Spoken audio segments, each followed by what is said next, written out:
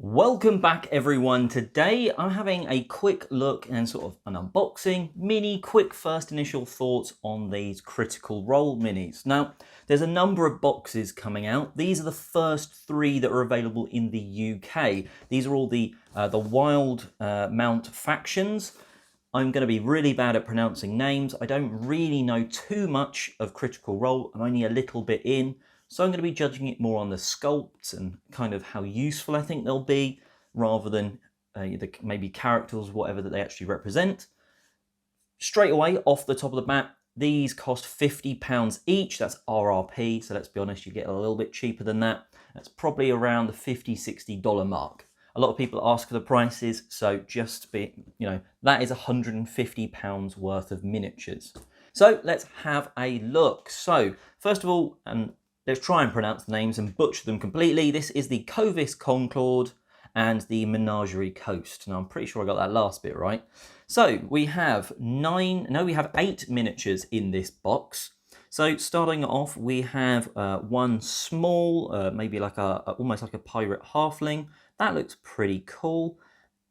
Going with that, we've got sort of a guy that's an elf holding sort of some fish.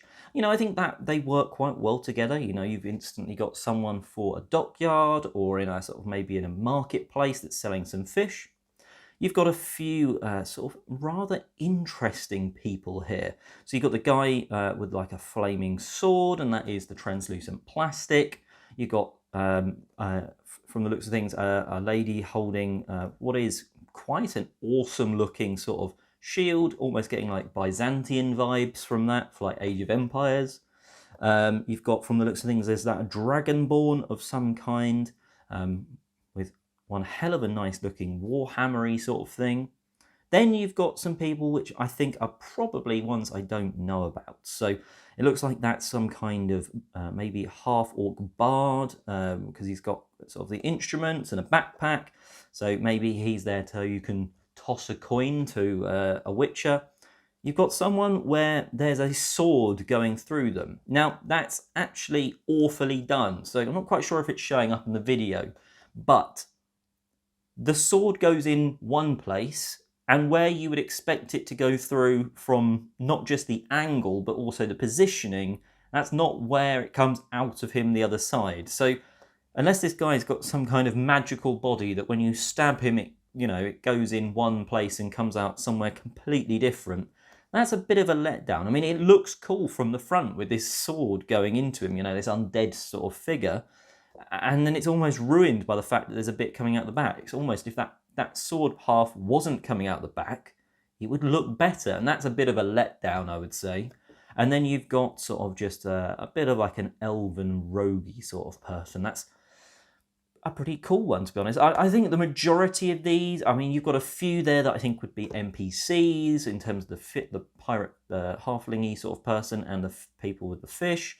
Few people that would be guards, and then, maybe the elf rogue that could be used as a pretty cool player character. Moving on to the Kryn Dynasty and the Xhorhas. Definitely butchering that one. So this one is one of the 9-figure boxes. So straight away, you are getting an extra figure in this than the first set I was looking at, the Clovis Concord one. And I can't really see why. So this one's got 2 small figures rather than the one small figure. And the rest are all sort of just the medium-sized. Some interesting ones just to pull out, I think. So not going through necessarily all of them in massive detail.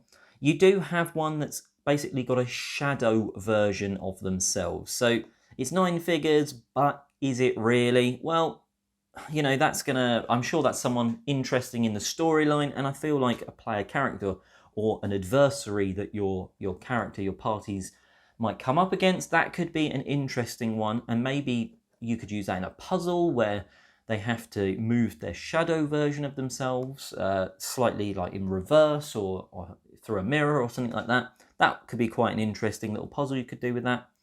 Some great use of the transparent plastics.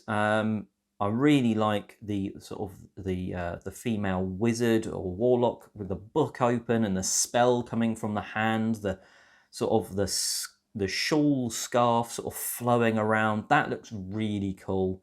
Again, you could probably quite easily come up against some of these characters, or even probably all of these in some way or form you could use as a player character. So I really like that box as a generic box of miniatures. Again, I'm looking at this really not from a huge Critical Role point, and more, you know, general miniatures sort of standpoint. The last one, which is the Dwendalian Empire, I think that's that.